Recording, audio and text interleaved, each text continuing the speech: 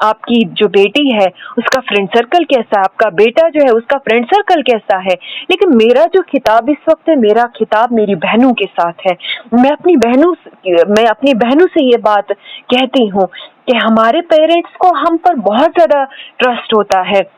وہ کیا کہتے ہیں کہ میری بیٹی کبھی غلط نہیں کر سکتی ہے، لیکن یہ جو بیٹی ہوتی ہے یہ کالج جاتی ہے، یہ بیٹی اسکول جاتی ہے، یہ یونیورسٹی جاتی ہے، یہ کیا کرتی ہے، اس کا فرینڈ سرکل کیسا ہوتا ہے، یہ تو رب جانتا ہے اور یہ بیٹی جانتی ہے، یہ رب جانتا ہے اور یہ بیٹا جانتا ہے۔ تو لہٰذا اگر آپ سمجھتے ہیں کہ میرے پیرنٹس کو کچھ نہیں پتا چلے گا، سورۃ البقرہ کھول کے دیکھ لیجئے، جس میں اللہ تبارک و تعالی منافقین کے بارے میں کیا فرماتے ہیں کہ کہتے ہیں کہ یہ لوگ کیا کرتے ہیں، ان لوگوں کو لگتا ہے کہ یہ رب کو دھوکہ دیتے ہیں۔ یہ رب کو دھوکہ نہیں دے سکتے، بلکہ یہ کیا کرتے ہیں، یہ اپنے آپ کو دھوکہ دیتے ہیں۔ ہم اپنے پیرنٹس کو دھوکہ دے سکتے ہیں لیکن اپنے آپ کو کبھی دھوکہ نہیں دے سکتے ہیں۔ تو لہٰذا جیسے کہ آپ دیکھ لیجئے، اس بات پر اپنے غور کرنا ہے کہ اگر ہمیں دوست بنانا ہے تو دوست میں کیسی صفات ہونی چاہیے؟ وہ صالح ہونا چاہیے، دیندار لڑکی ہونی چاہیے، وہ متقی ہونی چاہیے، اللہ سے خوف کرنے والی ہونی چاہیے، اس کے اندر خیر ہونا چاہیے، اس کے اندر شر نہیں ہونا چاہیے، وہ زیادہ سے زیادہ رب کو یاد کرنے والی ہونی چاہیے۔ تو تب جا کر ہمیں کیا فائدہ ہوگا؟ ہمیں اس کے ساتھ رہ کر بینیفٹ ہوگا، ہماری دنیا بھی سنور جائے گی اور انشاءاللہ تعالی آخرت کا تو بینیفٹ ہے ہی ہے۔ اسی طریقے سے علامہ زرنوجی رحمت اللہ علیہ فرماتے ہیں کہ دوست ایسا بنائیں جو انتہائی درجے کا محنتی ہو، پرہیزگار ہو، اسی طریقے سے اس کے اندر کوئی سستی نہ ہو، کام کو ادھورا چھوڑنے والا نہ ہو، بکواس زیادہ کرنے والا نہ ہو، نہ تو زیادہ فتنہ پیدا کرنے والا ہو۔ تو اسی طریقے سے ابن ماجہ نے حضرت ابو ہریرہ رضی اللہ تعالیٰ عنہ سے روایت کی ہے، فرماتے ہیں کہ نبی کریم صلی اللہ علیہ وسلم نے ارشاد فرمایا کہ لوگوں کا امتحان ان کے ساتھیوں سے کیا کرو، لوگوں کا امتحان ان کے ساتھیوں سے کیا کرو، اس لیے کہ ہر شخص ایسے ہی دوست کو بناتا ہے جس کا طریقہ و طرز پسند آ جائے۔ اسی طریقے سے ہم دیکھتے ہیں کہ متعدد اشعار ایسے ہیں جن میں ہمیں بہت ہی خوبصورت باتیں ملتی ہیں اس ریلیٹڈ، جیسے کہ کسی شاعر نے بہت ہی خوبصورت انداز میں فرمایا، وہ کہتے ہیں کہ اذا كنت في قوم فصاحب خيارهم ولا تصحب الارض فترد مع الردي، جب تم کسی قوم میں بیٹھو تو اس قوم کے بہترین لوگوں میں بیٹھو اور قوم کے بیکار لوگوں میں نہ بیٹھو کہ تم بھی بروں کے ساتھ ہونے کی وجہ سے ہلاک ہو جاؤ۔ مثال کے طور پر اگر ہم میں سے ہم کہیں گے کہ نہیں میں تو اچھی ہوں، مجھے بری دوستوں سے کیا فرق پڑے گا، لیکن یہ بات یاد رکھ لیجئے کہ انسان جو ہے اس کی پہچان اس کے دوستوں سے ہوتی ہے۔ آپ کو نہیں دیکھا جائے گا، آپ کو نہیں پرکھا جائے گا کہ آپ کیسی ہیں، بلکہ یہ دیکھا جائے گا کہ آپ کا فرینڈ سرکل کیسا ہے۔ اگر آپ کا فرینڈ سرکل اچھا ہے تو کہا جائے گا کہ نہیں ڈیفینیٹلی یہ لڑکی بھی اچھی ہوگی، پھر بظاہر آپ کتنی ہی آپ کے اندر بری ہی صفات کیوں نہ ہوں گی، لیکن آپ کا فرینڈ سرکل اچھا ہے تو پہچانا جائے گا کہ نہیں آپ ایک اچھی لڑکی ہیں۔ لیکن آپ خود کتنی ہی اچھی کیوں نہ ہوں، لیکن آپ کا فرینڈ سرکل اچھا نہیں ہوگا تو کیا کہا جائے گا کہ نہیں اس کا جو فرینڈ سرکل ہے وہ اچھا نہیں ہے، ڈیفینیٹلی یہ لڑکی بھی اچھی نہیں ہوگی۔ تو لہٰذا ہمیں اپنے آپ کو اچھا بنانے کے لیے ہی نہیں بلکہ اپنے آپ کی ایک اچھی آئیڈینٹی بنانے کے لیے ہمیں کیا کرنا ہوگا، ہمیں اپنے فرینڈ سرکل کو بھی اچھا بنانا ہوگا، ہمیں اپنی فرینڈس کو بھی اچھی فرینڈس کو چوز کرنا ہوگا۔ اگر آپ کی فرینڈس اچھی نہیں ہے تو آپ کو اس لائق بننا ہے کہ آپ اپنی 4 فرینڈس کو 10 فرینڈس کو آپ کی وجہ سے وہ ساری ان کی زندگی تبدیل ہو جائے، آپ کو ایسا بننا ہے، نہ کہ آپ کو ایسا بننا ہے کہ آپ بروں میں رہ کر برے بن جائیں، پھر چاہے آپ کا پاسٹ کتنا ہی اچھا کیوں نہ ہو۔ اسی طریقے سے فرماتے ہیں کہ کسی کے حالات معلوم کرنے کے لیے خود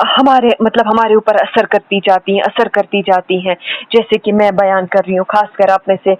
بہت ساری کالج کی لڑکیاں ہوں گی، آپ میں سے بہت ساری اسکول میں پڑھنے والی لڑکیاں ہوں گی.